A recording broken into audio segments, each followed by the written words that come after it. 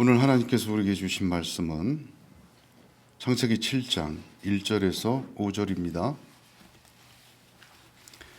창세기 7장 1절에서 5절 한 절씩 교독합니다. 여호와께서 노아에게 이르시되 너와 내 온 집은 방주로 들어가라. 이 세대에서 네가 내 앞에 의로움을 내가 보았음이니라. 너는 모든 정결한 짐승의 암수 7씩 부정한 것은 암수 2씩을 내게로 데려오며 공중의 새도 암수 7씩을 데려와 그 씨를 온 지면에 유전하게 하라.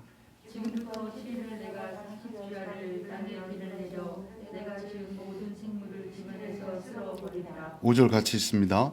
노아가 여호와께서 자기에게 명하신 대로 다 준행하였더라. 아멘. 방주라는 것은 물에서 생명을 구원하는 물리적인 도구입니다. 홍수가 났을 때 침몰하지 않고 방주에 들어간 모든 육축의 생명들, 사람의 생명을 지켜준 큰 배와 같았는데, 성경에 기록된 방주의 모습을 보면 길이는 약 140m, 폭은 25m, 높이는 약 15m 정도로 추산되고 있습니다. 이것을 배수량으로 따지면 약 2만 톤 정도 해당하는 거대한 그러한 그 화물선, 항공모함보다 큰 화물선 규모라고 합니다. 이렇게 물리적인 도구인 방주는 하나님의 홍수 심판에서 생명을 보존하였습니다. 나무로 지어진 방주가 그 세상을 다 덮은 물속에서 생명을 보존할 수 있었던 것은 방주를 잘 지어서보다는 방주를 짓고 하나님의 손으로 홍수 속에서 잡아주셨기 때문에 그 홍수를 넘어가고 생명을 보존한 것입니다. 근데 이 방주의 모습을 보면 단순히 생명을 구원한 큰 배라는 물리적인 도구라는 의미를 넘어서서 하나님의 구원을 보여주는 가장 명확한 모형이다, 그렇게 생각할 수 있습니다. 이스라엘 백성에게 하나님께서는 광야에 들어가서 성막을 주셨죠. 성막도 방주와 똑같이 하나님이 일일이 세세하게 그 규모와 수치와 운영을 다 말씀해 주시고 짓게 하셨습니다. 우리가 성경 공부할 때, 출애굽기 할 때 성막은 눈에 보이는 계시다 그리하였습니다. 첫 번째는 우리의 구원의 모습을 정확히 계시하고, 두 번째는 예수 그리스도의 복음을 정확히 증거하며, 세 번째는 천국의 모습을 증거하고 있다. 저희와 여러분이 성경 공부할 때 그렇게 배웠습니다. 이 방주는 말이죠, 하나님의 구원의 모습을 완벽하게 계시해 주고 있습니다. 오늘 이 시간에는 저와 여러분이 하나님께서 방주를 짓게 하신 그 모습을 통하여, 방주를 통하여 저와 여러분이 받은 구원의 모습의 계시를 함께 나누고 큰 은혜 나누기를 원합니다. 제일 먼저 방주는 하나님의 지혜였습니다. 창세기 6장 13절에서 15절 상반절을 보면 하나님이 노아에게 이르시되 모든 혈육 있는 자의 강포가 땅에 가득하므로 그 끝날이 내 앞에 이르렀으니 내가 그들을 땅과 함께 멸하리라. 너는 잣나무로 너를 위하여 방주를 짓되 그 안에 간들을 막고 역청으로 그 안팎에 칠하라. 그 방주의 제도는 이러하니 하고 말씀하신 것입니다. 방주는 비가 오기 전에 하나님께서 하나님의 지혜로 미리 말씀하여서 짓게 하셨습니다. 누구를 위하여? 나를 위하여 누구 손으로? 내 손으로 지어야 합니다.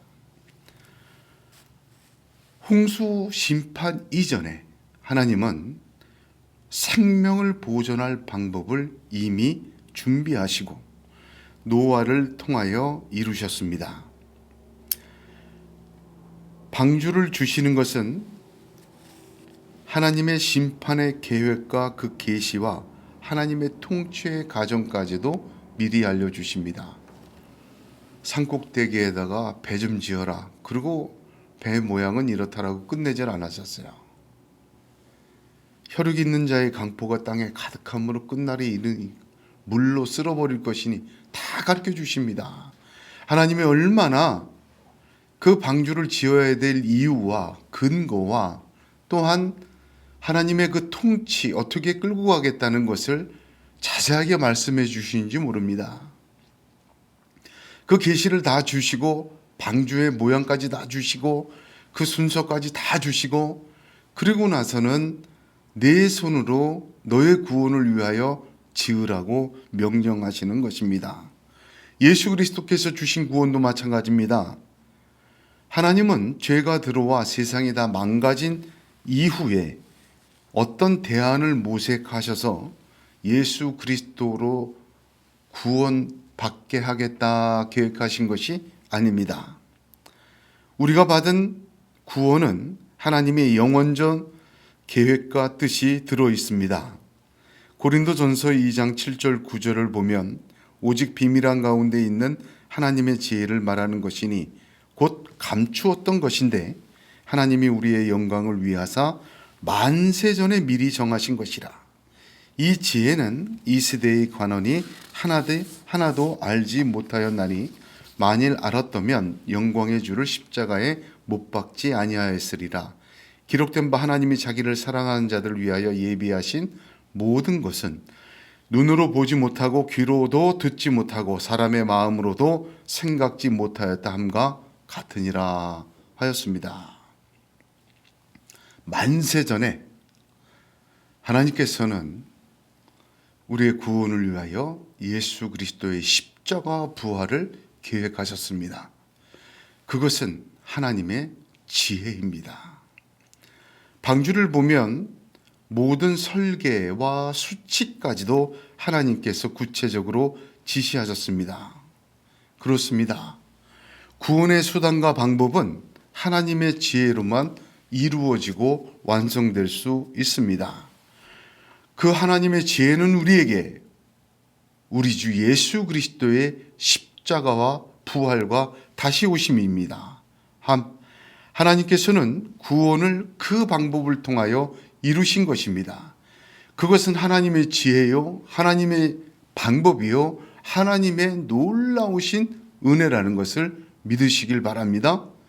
두 번째로 방주는 예수 그리스도의 은혜를 보여주고 있습니다. 영어 성경의 방주는 ARK, 아크라고 나와요. 근데 성경에 아크라고 되어 있는 것이 세 개가 있습니다. 아크는 뜻이 뭐죠? 상자라는 뜻이에요. 세 개의 상자가 있어요. 첫 번째는 노아의 방주, 노아의 아크. 두 번째는 애굽에 모세가 갈대 상자에 생명을 살아났습니다. 그것이 갈대 아크예요. 세 번째는 하나님께서 출애굽한 이스라엘 백성에게 십계명을 주시고 십계명을 넣어둔 언약궤가 있습니다. 그 언약궤가 또한 아크입니다. 노아의 방주는 하나님의 진노로부터 노아의 아크는 하나님의 진노로부터 생명을 보호하고 감추었습니다. 모세의 갈대 상자는 내 씨로 말미암아 대적의 문을 얻으리라 대적이 망하리라 한 그 씨를 죽이기 위한 사탄의 앞잡이가 된 바로의 공격에서 구원의 섭리를 이스라엘을 보호했습니다. 성막의 언약궤는 율법의 정죄에서 백성들을 보호해 주었습니다. 그러므로 성경에 나타난 세 가지 아크, 상자, 방주와 갈대 상자와 언약궤는 모두가 하나님이 베풀어 주신 은혜의 피난처였고 하나님이 베풀어 주신 무한한 사랑을 보여주고 있습니다. 이 아크, 구원의 상자들은 하나님의 은혜의 피난처들은 우리 주 예수 그리스도의 구원의 은혜를 가르쳐주고 있는 것입니다. 골로새서 3장 3절 4절을 보면 이는 너희가 죽었고 너희 생명이 그리스도와 함께 하나님 안에 감추어졌다 그런 표현을 씁니다. 우리 생명이신 그리스도께서 나타나실 그때 너희도 그와 함께 영광 중에 나타나리라. 그리스도와 함께 하나님 안에서 우리의 새 생명이 감추어져 있어요. 보호되어 있다. 아크를 통하여 생명을 보호하시고 씨를 보호하시고 율법의 정죄에서 자기의 백성을 보호하신 하나님께서 그리스도 예수 안에 우리를 두시는 그 아크 안에 두심으로 감추어 두셨어요. 그러므로 이 생명은 누구도 못 건드립니다. 우리의 구원은 하나님의 지혜와 방법대로 하나님의 크신 은혜로 감추어 두신 것입니다. 그리스도께서 다시 오실 때 영광 중에 나타나리라.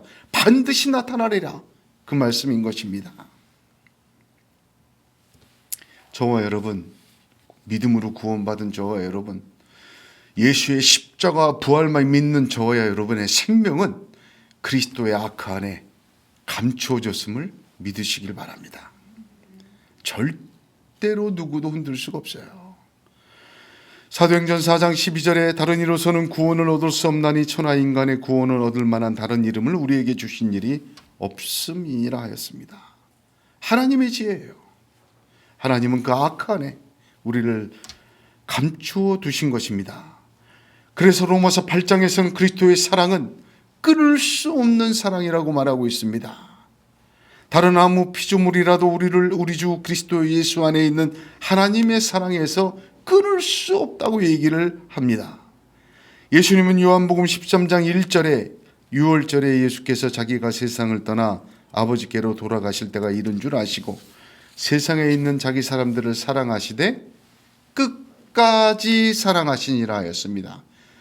예수의 사랑은 어떤 사랑? 끝까지 사랑하시는 사랑. 마지막 만찬, 최후의 만찬, 너희 중에 하나가 나를 팔리라 했는데 끝까지 안 나가요. 마지막 기회를 주십니다. 그래서 손 놓은 자가 그야. 근데 집어넣어요. 자기를 팔려고 검과 몽치를 들고 데리고 왔을 때도 유다를 욕하지 않으셨어요. 예수를 저주하며 3번이나 부인한 베드로는 예수와 눈이 마주쳤어요. 안나스와 가바의 법정에서 저주하며 3번 부인한 베드로는 나가서 심히 통곡합니다. 그때도 주님은 베드로를 어떻게 하셨어요? 체크하거나 버리지 않으시고 끝까지 사랑하십니다. 부활하신 예수님께서 제자들에게 나타나셨어요. 살아생전에 4번이나 내가 십자가에서 죽고 3일 만에 부활해야 될 것을 가르쳐 주는데도 불구하고 믿어지지도 않고 믿지도 않고 부활한 몸으로 나타났는데도 고기 잡으러 간다고 돌아가 버렸어요. 주님은 그들을 끝까지 쫓아가서 가르치시고 성경을 풀어 그들의 마음을 뜨겁게 하시며 그들이 고기 잡으러 간 그 자리까지 쫓아가서 그물을 내려 153마리 큰 물고기가 그물이 안 찢어지게 가득 배가 가라앉을 정도로 잡게 해주셨어요. 주님의 사랑은 끊을 수 없는 사랑이에요. 3번째, 방주에는 구원의 초청이 있습니다. 노아의 방주는 신적 능력으로 한순간에 완성한 것이 아닙니다. 그는 120년간 방주를 건축했습니다. 산꼭대기에 배를 짓고 있는 노아의 120년은 그 세상 사람들에게 화제거리였습니다. 정말 미친 사람 하나 있다.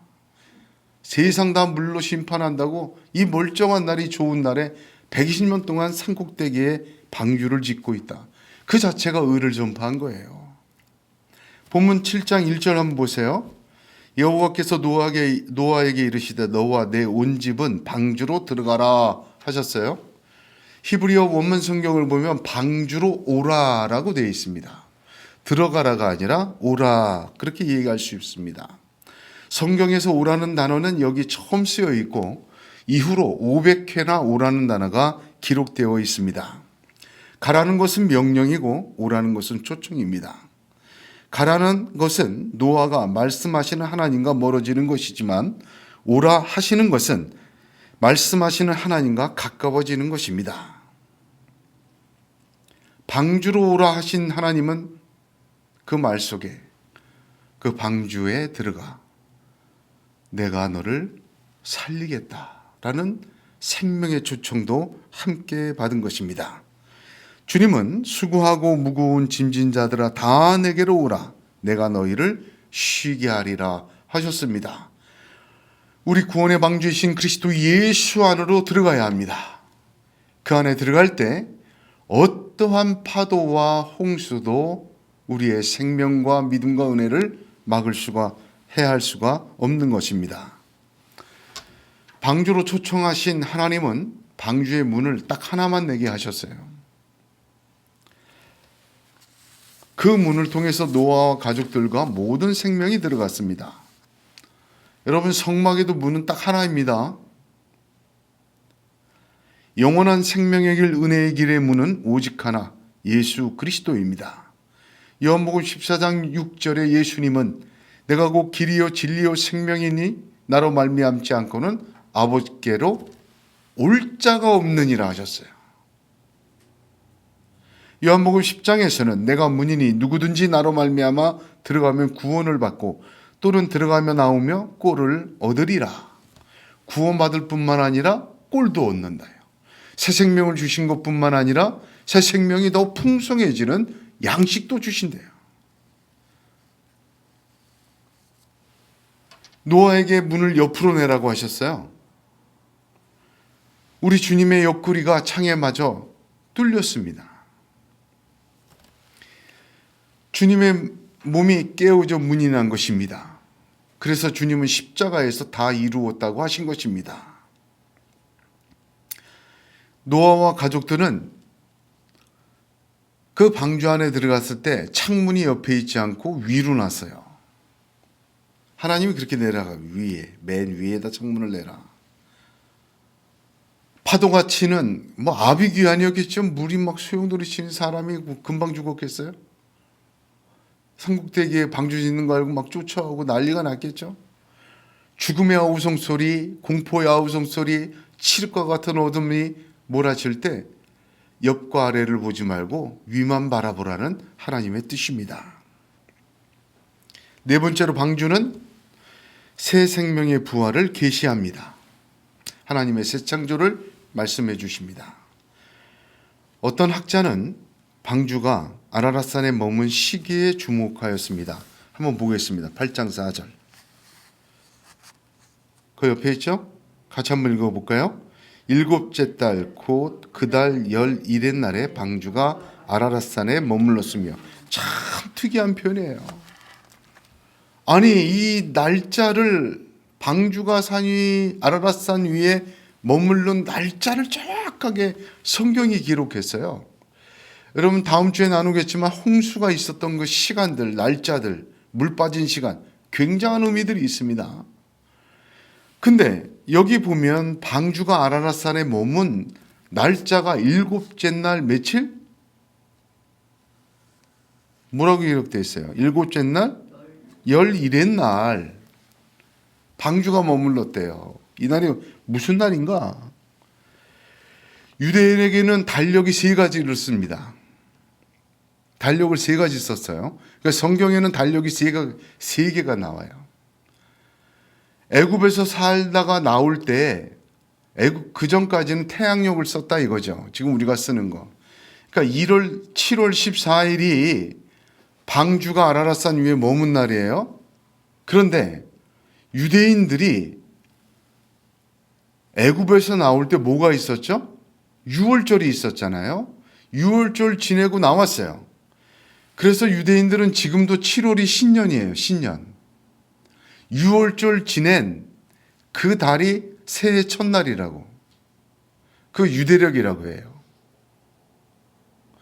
그러니까 7월 14일 날 아라랏산에 머물렀다는 것은 유대력으로 보면 1월 14일이에요. 예수님은 6월절 끝에 십자가에 못 박혀 죽으셨습니다. 주님은 6월절부터 3일 후 첫째 달 17일에 부활하심으로 제자들에게 나타나셔서 평강이 있을지어다 하셨어요. 이 날짜가 똑같습니다. 방주가 산 위에 머문 날짜와 주님의 십자가와 똑같아요. 부활하신 그 과정이 같습니다. 여러 가지 이유가 있습니다만 하필이면 왜 방주가 왜 산꼭대기에 머물렀을까? 제일 높으니까 물이 빠지니까 거기에 걸렸을까? 상식적으로는 그렇지 않아요. 물 빠질 때 생각해 보세요. 낮은 쪽으로 흘러가니까 방주는 흘러서 낮은 쪽에 걸려야 돼요. 그런데 산꼭대기에 머물렀대요. 그것은 무엇을 얘기합니까? 그것은 주님의 부활을 생각나게 하고 기억하게 하는 이야기입니다. 마가복음 4장 26절 29절을 제가 읽어보겠습니다. 잘 들으세요. 또 가라사대 하나님의 나라는 사람이 씨를 땅에 뿌린과 같으니 저가 밤낮 자고 깨고 하는 중에 씨가 나서 자라되 그 어떻게 된 것을 알지 못하느니라. 땅이 스스로 열매를 맺되 처음에는 싹이요 다음에는 이삭이요 그 다음에는 이삭에 충실한 곡식이라. 열매가 익으면 곧 낫을 대나니 이는 추수 때가 이르렀음이라 하셨습니다. 우리가 받은 구원에는 처음 구원하신 방주의 구원처럼 하나님의 지혜로 가득 차 있어요. 처음에는 홍수에서는 방주였지만 하나님의 심판에서는 예수 그리스도의 십자가입니다. 예수 그리스도의 십자가 부활과 다시 오심은 하나님의 지혜예요. 어느 한순간에 우발적으로 생긴 사건이 아니라 만세 전에 미리 말씀해 주시고 뜻을 가르쳐 주시고 예비하신 하나님의 은혜입니다. 믿음으로 구원받은 저와 여러분을 하나님은 끝까지 사랑하셔요. 그리스도 예수 안에 감추어 두셨습니다. 그 피난처의 은혜로 우리를 보호하십니다. 주님의 그 사랑은 끊을 수가 없습니다. 우리가 하나님의 지혜로 된 새 사람으로 새 창조, 아라랏산 꼭대기에 머물 때까지 오직 우리 그리스도 예수의 십자가 부활의 방법으로 그 꼭대기에 머물 때까지 우리를 지키시고 새 창조하십니다. 새 날을 주십니다.